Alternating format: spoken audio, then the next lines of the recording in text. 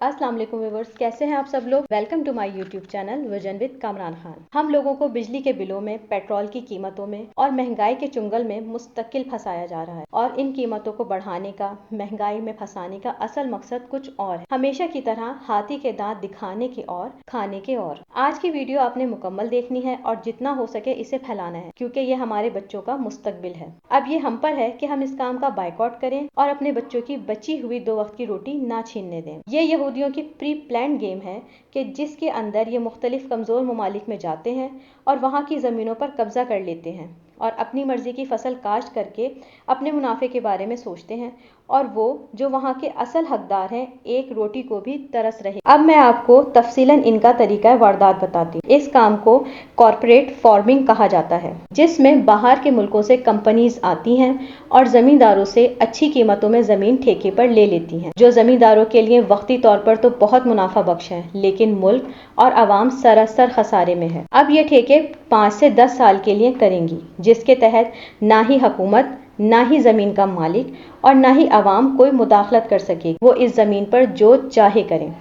अब ये फर्म्स यहाँ पर अजनास उगाएंगी, लेकिन ये अजनास वो नहीं होंगी जो हमारे मुल्क की ज़रूरत है, बल्कि ये अजनास वो हैं जो उनके मुल्क की ज़रूरत है। ये सारी वो अपने मुल्क ले जाएंगे। हमें या हमारे बच्चों को तो एक दाना नहीं मिलेगा। अब मुल्क में अजनास की किल्लत शुरू होगी, जिसकी वजह से हम बदतरीन हालत की तरफ जाना शुरू हो जाएंगे। ये है पहला नुकसान। अब हमें अपनी ज़रूरियात को पूरा करने के लिए इम्पोर्ट करना पड़ेगी। जिस तरह की इम्पोर्ट हाजिर हालात में हो रही है कि यूक्रेन की सड़ी हुई गंदम का आटा हुकूमत की तरफ से सस्ता आटा कर बेचा गया है, जबकि हमारे पास गंदम इम्पोर्ट करने के लिए पैसे भी थे। लेकिन उन हालात में तो हमारे पास पैसे ही नहीं होंगे और ना ही वो ज़मीनें होंगी जिनकी बुनियाद पर हम ज़राए मुबादला हासिल कर रहे थे और पैसे कमा रहे थे। अब जो मैं पेशन गोई करना चाह रही हूँ और जो मैं आपको समझाना चाह रही हूँ, उसकी जीती जागती मिसाल अफ्रीका है, जहाँ कुछ सालों पहले इन कॉरपोरेट फार्मिंग की कंपनीज ने कदम रखा और अब यहाँ पर कहत साली का राज है। खुराक का इतना फुकदान है कि वहाँ बच्चे पैदा ही सूखे के मर्ज में होते हैं।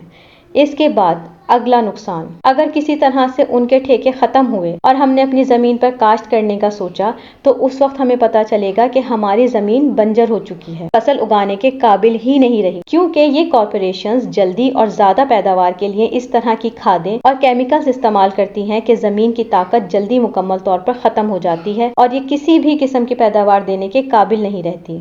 यानी इनको निकालने के बाद भी हमें बहुत लंबा अरसा कहत साली में गुजारना पड़ेगा। अब ये वक्त है कि हम अपने हक के लिए निकलें, आवाज उठाएं और इस सियासी खेल को खत्म करें। इसकी बहुत बेहतरीन मिसाल हमारे पास तुर्की और श्रीलंका है कि जिस तरह से एक मुल्क की आवाम अपने लीडर के लिए उठी और दूसरे मुल्क की आवाम अपने हक के लिए, और कुछ ही अरसे में वो कौमें हमसे बहुत आगे हैं। अल्लाह ताला हमें अपने हक के लिए उठने की तौफीक अता फरमाए, हमारे शऊर को बेदार करे, हमारे गुनाहों को माफ फरमाए और हमें बेहतरीन लीडर अता फरमाए। मेरे चैनल को सब्सक्राइब करना ना भूलिएगा और कमेंट्स जरूर कीजिएगा। अल्लाह हाफिज।